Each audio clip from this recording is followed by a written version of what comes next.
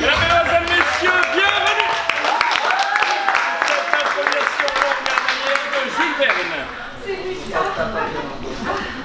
Je vous demande tout de suite d'accueillir et d'applaudir les 10 comédiens qui vont participer à cette improvisation. Merci.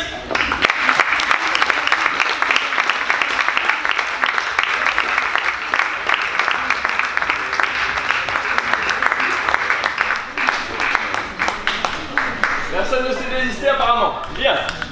Parfait. Je voudrais que parmi vous, Lys, 2 personnes se désignent pour faire les 2 rôles les plus compliqués de l'improvisation, les 2 rôles de narrateur. Je voudrais que si vous êtes partant pour faire ce rôle-là, vous fassiez un pas vers l'avant. Allez-y. Bien, super, tous les 2. Allez-y. Vous allez prendre l'attirail pour être narrateur. Je vous ai réservé 2 capes. Bien, parmi vous. Vous allez d'abord me désigner dans quel univers vous voudriez que Jules Verne se passe, cette histoire-là. Je vous vois très mal, mais vous, monsieur, je voudrais que vous me donniez un élément, le feu, l'eau, la terre, le ciel. Le ciel, c'est bien. Ou la géographie même. Le ciel. Le ciel. Le ciel. Ouais. Bien. Alors, ça pourra se passer soit dans le ciel proche de la Terre, soit dans l'espace. Ils le verront eux-mêmes. Bien. Vous, madame, vous allez me désigner une personne parmi ces 8 comédiens qui sera le personnage principal de cette improvisation. La 4e en parlant de là-bas. La 4e en partant. La 4e, hein? Cette personne. Oui. Parfait, vous pouvez avancer s'il vous plaît. Vous aurez cet accessoire montrant que vous êtes le personnage principal. On ne verra pas vos yeux. Bien. Je voudrais ensuite que vous, madame, vous désigniez le personnage secondaire, oui. Qui sera l'assistant, l'assistante du personnage principal. Le 2e à partir de là-bas. Ce monsieur. Bien. Vous serez l'assistant de madame. Personnage secondaire. Tout le reste des comédiens trouveront leur place, j'imagine. Vous pouvez disposer.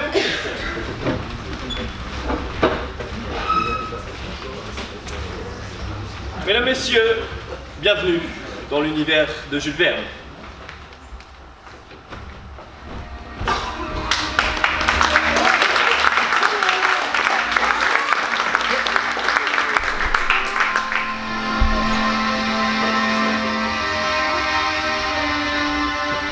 Chapitre 1. On fait la connaissance de Aerius Badminton, savant s'il en est. Si on avait un jour regardé la place de l'Horloge par cette belle journée de printemps où le tumulte des gens faisait un raffut du diable, on aurait immédiatement remarqué qu'il y avait 2 personnages particulièrement singuliers. L'une, Aerius Badminton, était flanquée du petit Beltron.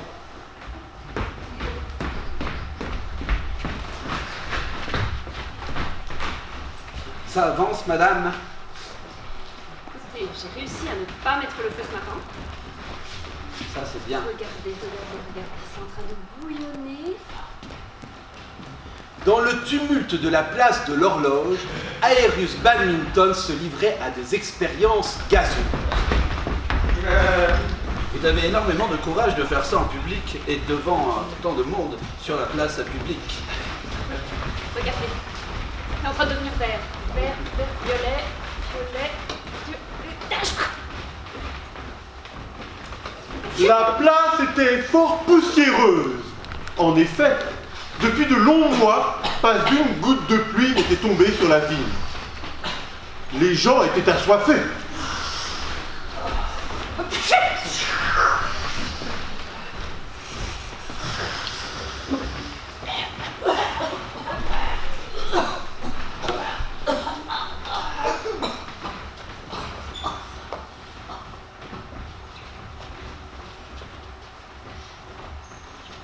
mon assistant. Là, cette fois-ci, ça devrait réussir. On va réussir à faire revenir la pluie. 1, 2,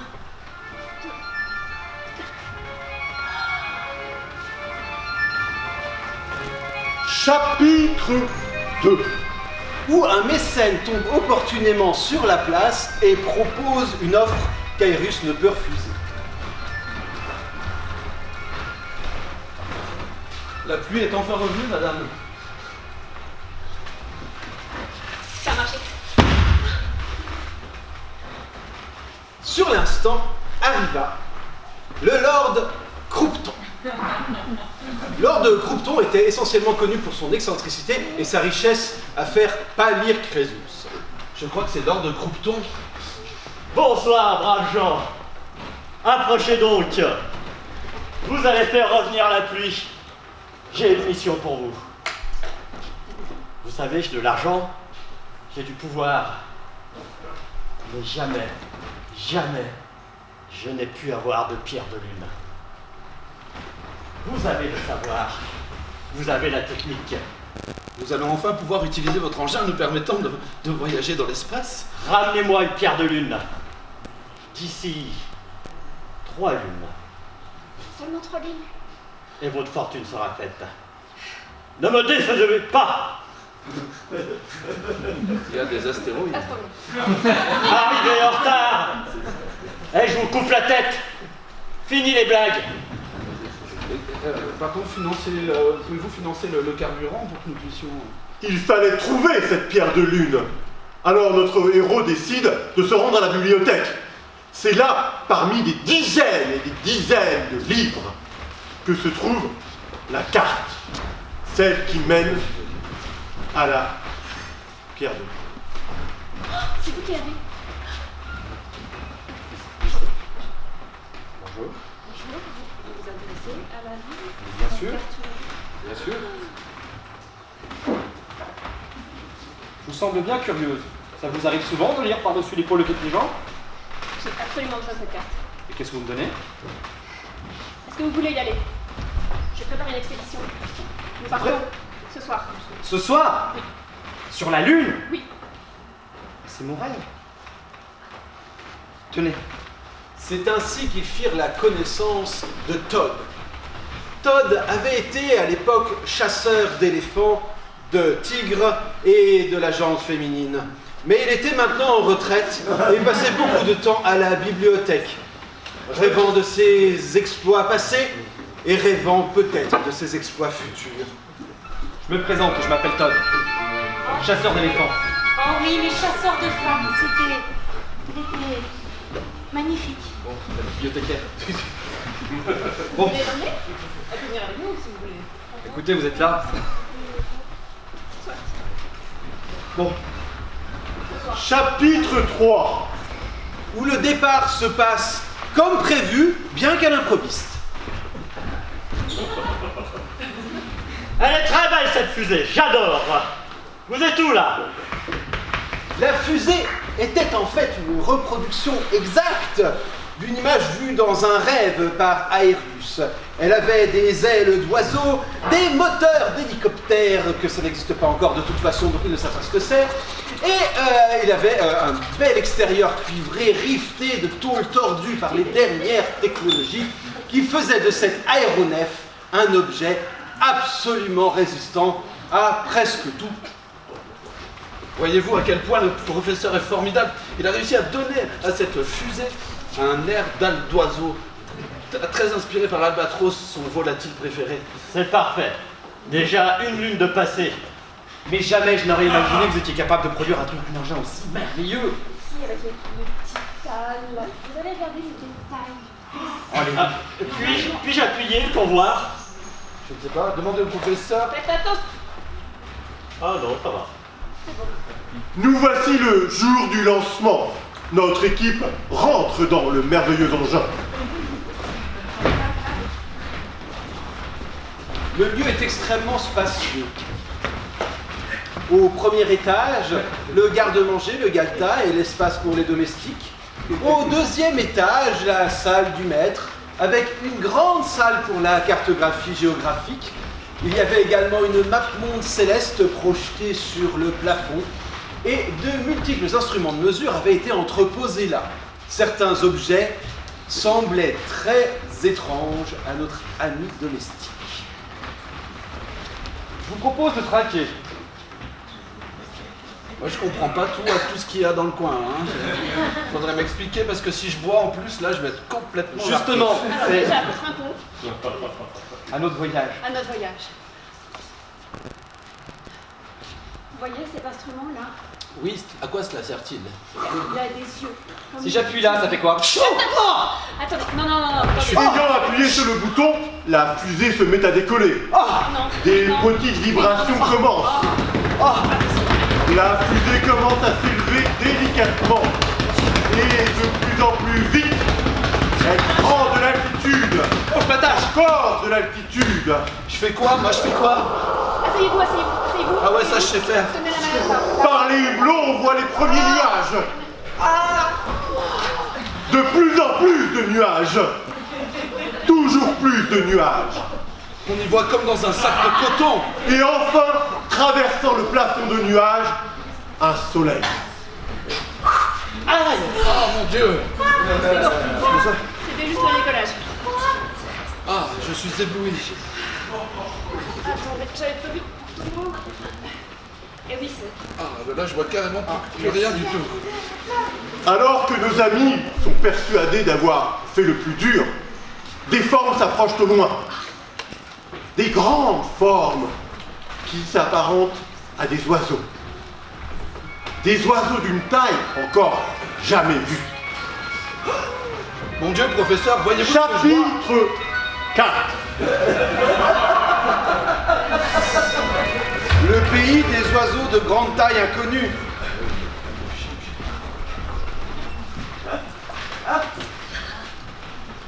Lorsque l'oiseau s'approcha de cet être de fer, il ne sut pas trop quoi penser. Les oiseaux ont des pensées simples, mais celui-là avait une pensée extrêmement complexe car il faisait partie du peuple oiseau du dessus des nuages.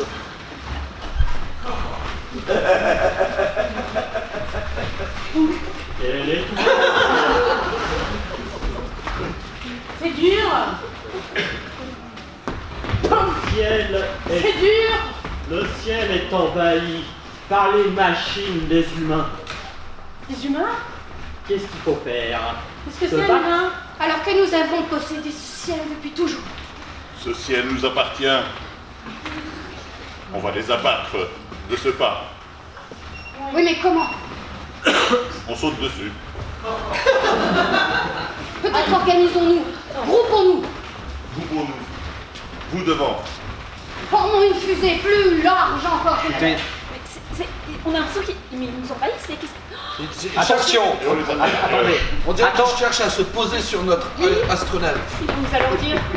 Mais je vous rassure, en plus de chasser les éléphants, 202. cette espèce est très hostile.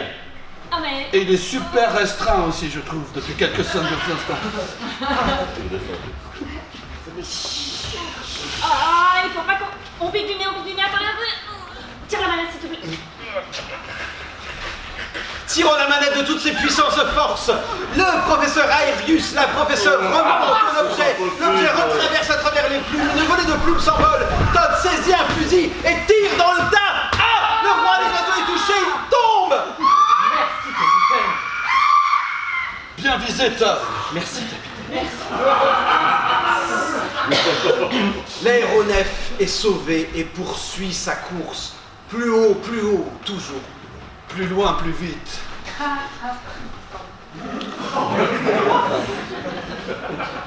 Grâce à vous, Todd, nous sommes sauvés et nous avons réussi à nous débarrasser de ces maudits volatiles. Je n'ai fait que les identifier, c'est tout, hein. Mais votre coup de fusil vaut bien des identifications. La fusée s'enlève toujours plus haut. Elle arrive maintenant dans une zone où le bleu laisse place au noir. Les bruits qu'on entend au loin sont ceux d'un orage. Un orage d'une forme qu'on n'a jamais vue auparavant.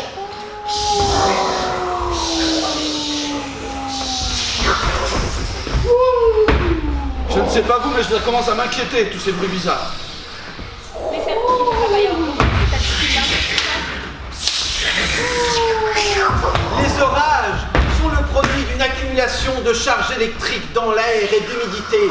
Lorsqu'une masse froide rencontre une masse chaude, instantanément l'humidité s'en vient à se former des gouttes qui, goutte sur goutte, viennent à former des grosses gouttes qui parfois même gèlent et forment des grêlons énormes qui peuvent parfois atteindre la taille d'un enfant et dans certains gros orages avoir la taille même d'une locomotive. Autant dire que c'est énorme et les charges électriques font des éclairs entre les locomotives qui circulent dans le ciel. C'est un orage comme on n'en a jamais.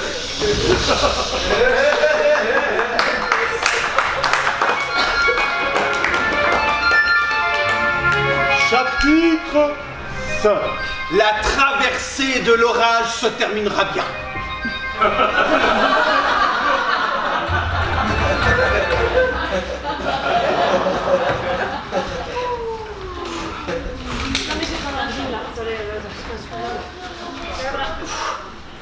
L'orage battant son plein, il boit 20 coups. Oh, ça va bien se terminer, hein. De toute façon, Je suis moins optimiste que vous, Todd. bah si, pourtant, la météo, ils l'ont bien dit, hein. Mon sang se glace et j'ai l'impression que les parois de notre vaisseau commencent à se fissurer. Dites-moi, capitaine. Capitaine, dites-nous. Est-ce que vous pensez réellement que ce vaisseau va pouvoir résister à de telles charges météorologiques? Il est prévu pour. Il est prévu pour. Il est prévu pour. Il est prévu pour, ouais. Mais ça, c'est justement vos prévisions.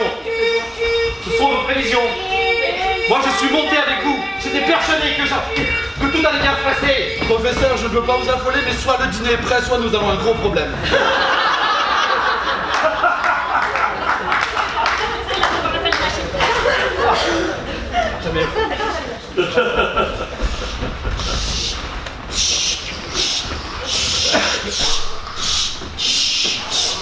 J'ai l'impression qu'ils sont en train de s'agiter maintenant. Professeur, que se passe-t-il dans la salle des machines? C'est bon, on a un souci avec Je déteste quand elle dit qu'on a un souci. Mais je n'entends rien en plus avec le bruit des machines.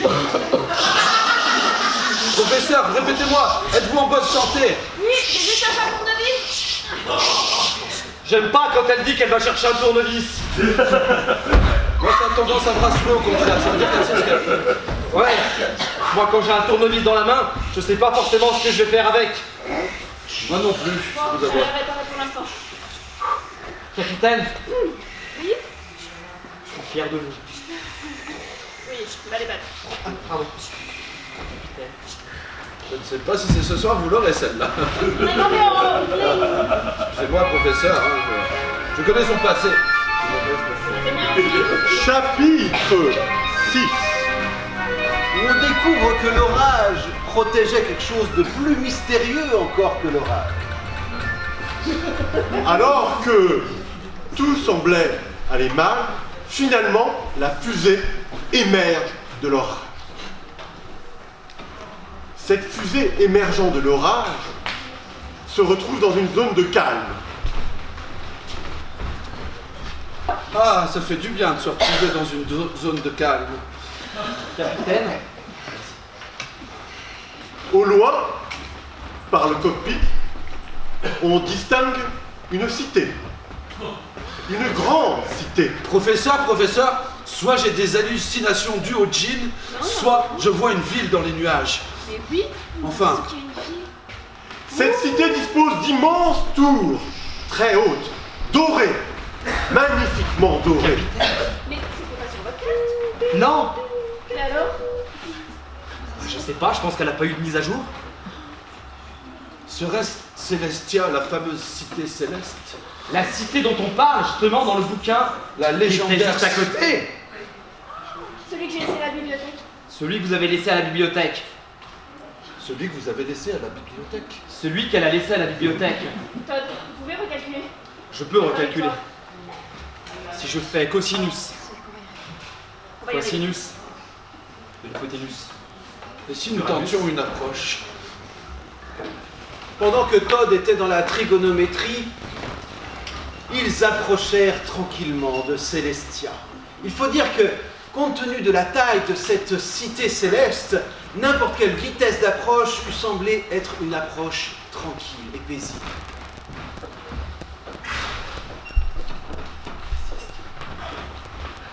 Ça s'ennuie un peu quand même, non? Regardez, finalement, si jamais on cible là-dedans, on devrait pouvoir atterrir exactement sur une zone sécurisée. Tenez-le. Monsieur le maire, attention, danger en approche sur la ville, danger en approche sur la ville.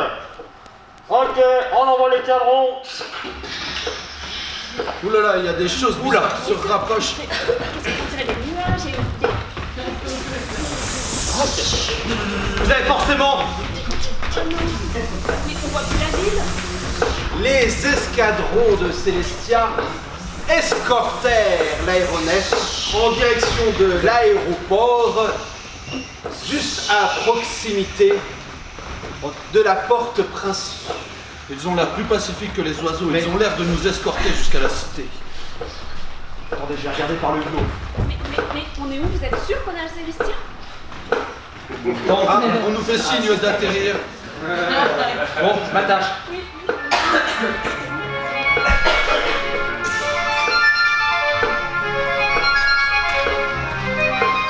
Chapitre 8. Où nos héros sont entendus par les plus hautes autorités de Célestia.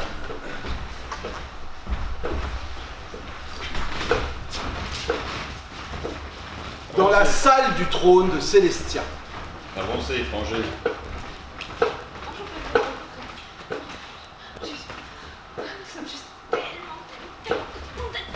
Majesté. Qui êtes-vous? D'où venez-vous? Nous venons de la Terre. Approchez-vous. Je ne vais pas vous manger. Pas de suite. Je suis la reine.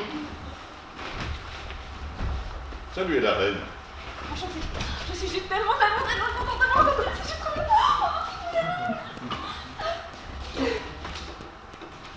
Mais vous n'imaginez même pas. Mais tout le monde parle de vous sur Terre. Vous êtes... Dans la cour, le peuple voit cette scène. On a osé toucher à la reine. Quel sacrilège! Non, mais on a touché à la reine. Non, mais sacre-bleu. Garde! Toucher à la reine. Possible ça. Arrêtez-les! On a touché la reine. On lui coupe la tête. Non, mais c'est pas ça. Retiens-moi! Retiens-moi! Je crois que vous avez fauté, professeur. Vous croyez que c'est grave?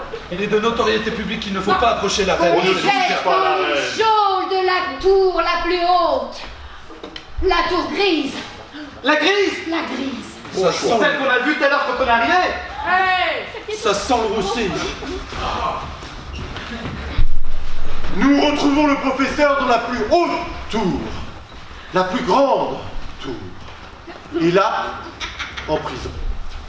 Ça vous êtes pas quoi être portir. C'est haut quand même. Hein. Bah en fait, je vous faisais vachement confiance. Moi aussi, je me faisais confiance. Je suis vraiment déçu d'être venu. Ouais, non, faut qu'on se concentre. On va trouver un moyen de sortir et de descendre discrètement. C'est à vous de trouver. C'est vous qui nous avez conduits ici, c'est vous qui avez touché la reine. Enfin, je l'ai touché aussi. Enfin bref. Ah, vous aussi? Oui. Ah non. Vous parlez beaucoup. C'est vrai qu'on agit peu. Moi, je suis venue vous voir. Moi, j'avais envie de voir. On a des mains. Moi aussi, je fais des conneries comme vous, avec le protocole. N'approchez pas trop. Vous avez touché la reine aussi? Enfin, ça, c'est pas grave, c'est très grave. Mais vous Et, êtes libre? Vous l'avez touché, mais vous êtes libre. Non, j'ai pas touché, j'ai fait d'autres bêtises avec. Oh! Eh oui. Ah, je suis obligé de venir vous sortir de votre merde. Ça fait déjà 2 lunes. Ça veut ma pierre. C'est vrai, professeur, il me semble que nous sommes éloignés de nos objectifs, en plus d'être dans la nuit, j'aime beaucoup. Il me semble avoir entendu du bruit, je vais vérifier. Le très riche mécène qui avait voyagé clandestinement dans la cave de l'aéronef n'avait pas été saisi par les Célestiens.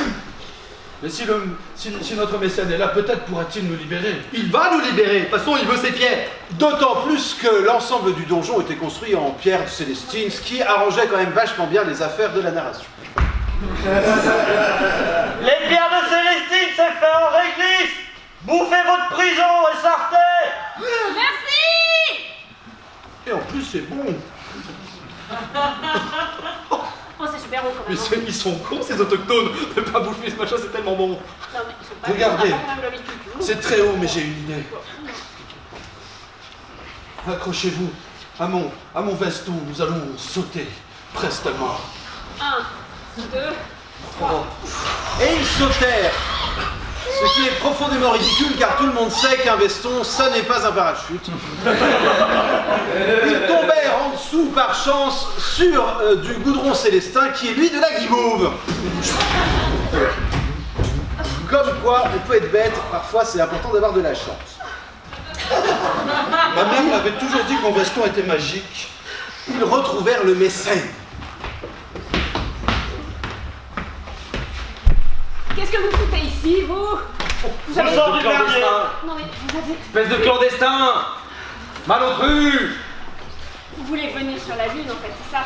Vous nous espionnez! Doucement, c'est quand même lui qui nous fait de la thune. Moi, je voulais juste vous filer de la thune pour vous me ramener une pierre, et puis maintenant vous m'engueulez. Ben quoi? Démerdez-vous. Merci. Bon, la pierre.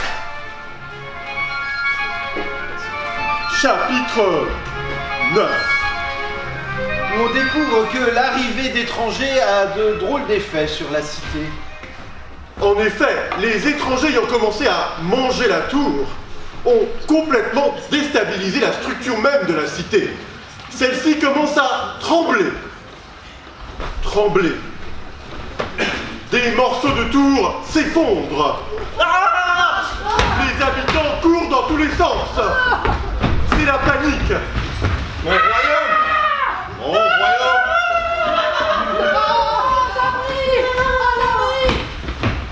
Nos aventuriers sont perdus au milieu de cette panique. Alors ils décident de retrouver leur vaisseau. Sur le chemin se dresse une petite maison avec une porte. Notre vaisseau. Il faut que nous retrouvions notre vaisseau. Ouvrons cette porte. Derrière cette porte, complètement non gardée, se trouve la pierre de lune. Et oui, les autochtones n'aiment pas garder leurs affaires. Je vous la confie. J'avais été dans la poche de votre question. Alors, pierre de lune, pierre de lune, pierre de lune. Oh, pierre de lune. Magnifique. Eh oh! Oh! Je m'y connais en pierre de lune et ce que vous avez là, c'est pas une pierre de lune. Ah, non, absolument pas, non. Non, la pierre de lune, c'est ça.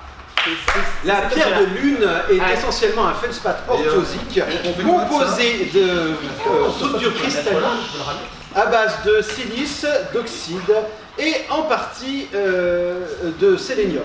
Le résultat des cours, c'est qu'on la confond essentiellement la plupart du temps avec un jaspe blanc, tout à fait ordinaire, dont sont composés la plupart des sables calciques, dont on fait la plupart des subterranéens.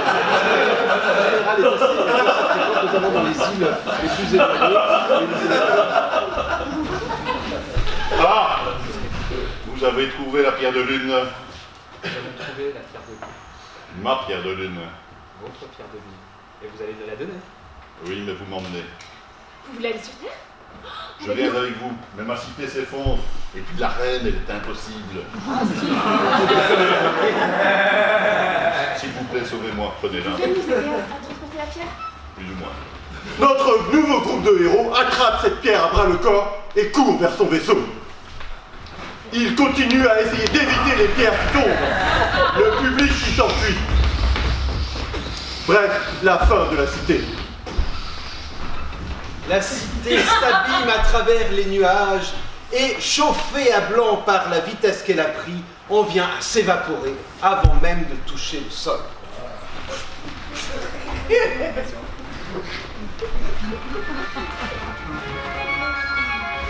Chapitre 10. Un voyage de retour relativement paisible par rapport au reste.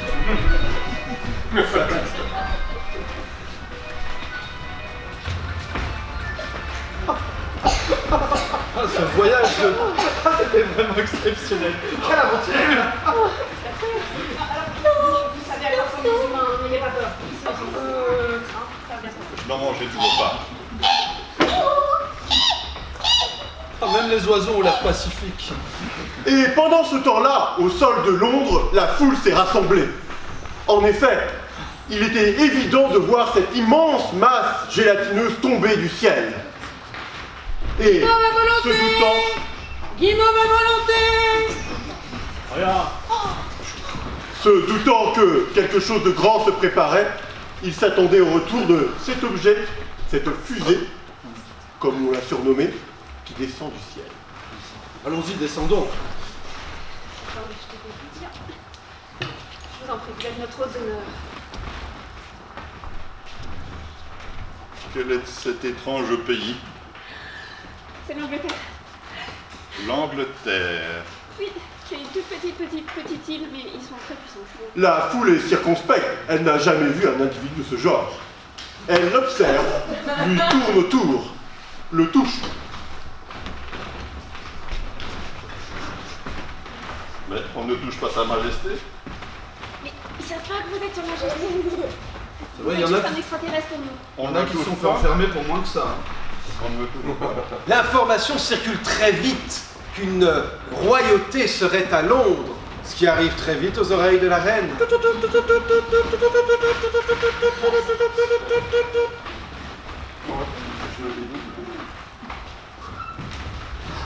Oh la majesté! Majesté. Majesté! Comment? Il paraît qu'un roi est arrivé sur mes terres et j'ai... Oh, dans le journal, on parlait de votre voyage extraordinaire. Mais là, Je vous présente le roi de Célestin. Le roi de Célestin. Madame la reine d'Angleterre. Votre majesté. Quel Votre honneur, majesté. ma reine. Le premier roi extraterrestre qui vient vous visiter, vous d'abord, vous êtes la reine de notre planète. et nous n'avons rien préparé. Non, c'est pas d'habitude, c'est pas comme ça du tout en Angleterre. Non, c'est... Notez, s'il vous plaît, les cuisines. Oui, on va aller manger de la guimauve.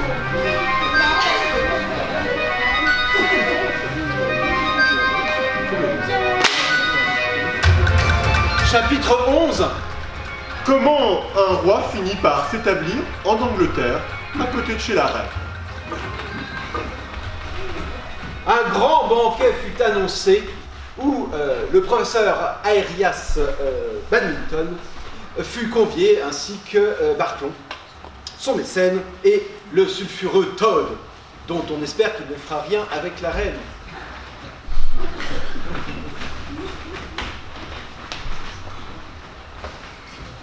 C'est coquet, hein. Vous savez si la reine est libre? Si elle a quelqu'un actuellement? Vous avez vu vos statues? Peut-être un sacré bord de faim, hein, quand même. Libre, c'était avant. Non, voilà, les relations diplomatiques s'étendent très loin maintenant. Ouais. Très diplomatique. Jusqu'au fond du jardin. Vous voyez, la cabane là-bas, c'est chez moi. Voilà, nous n'avons pas le même protocole. On ne parle pas de ça aussi ouvertement. On prend le thé, on va voir les roses, mais voilà, juste comme ça. Allons voir si la rose. Et tes closes.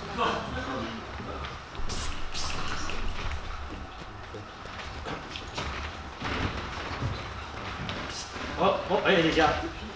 Et ma pierre de lune. Tenez. Ah ouais! C'est de la pierre de lune, ça! Non, elle est blanche. Ah, vous n'allez pas me la faire. C'est une silicate. Non mais... Vous êtes bon. Allons lui la chercher.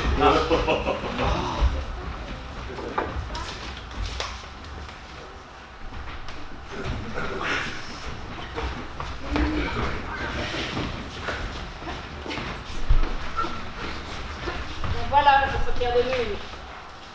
Enfin, elle est mienne. Il va falloir que vous la portiez. Elle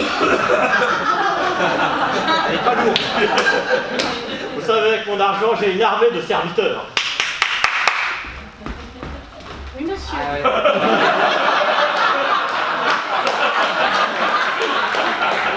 Vous savez, le Brexit, tout ça, ça fait mal. Veuillez prendre la pierre de lune, nous rentrons à la maison. Vous oubliez certainement quelque chose. Notre argent. Enfin, son argent. Mon argent. Mon argent? Non, vous inquiétez pas, je m'en charge. Allez, on remarque. Quand on disait argent. Le professeur Aerias finit donc riche, mais également lord, car la reine, très heureuse d'avoir étendu son empire, considéra que ce service valait bien une charge de noyauté. Royauté, mon cher, noblesse. Et quant à Barton, il monta une épicerie, parce que, après tout, c'est pas le tout d'avoir faim, il faut aussi savoir se sustenter. Todd continua de courir le jupon et les bibliothèques, car après tout, c'est là qu'on trouve les bibliothécaires les plus fraîches. L'aventure de nos amis se termine.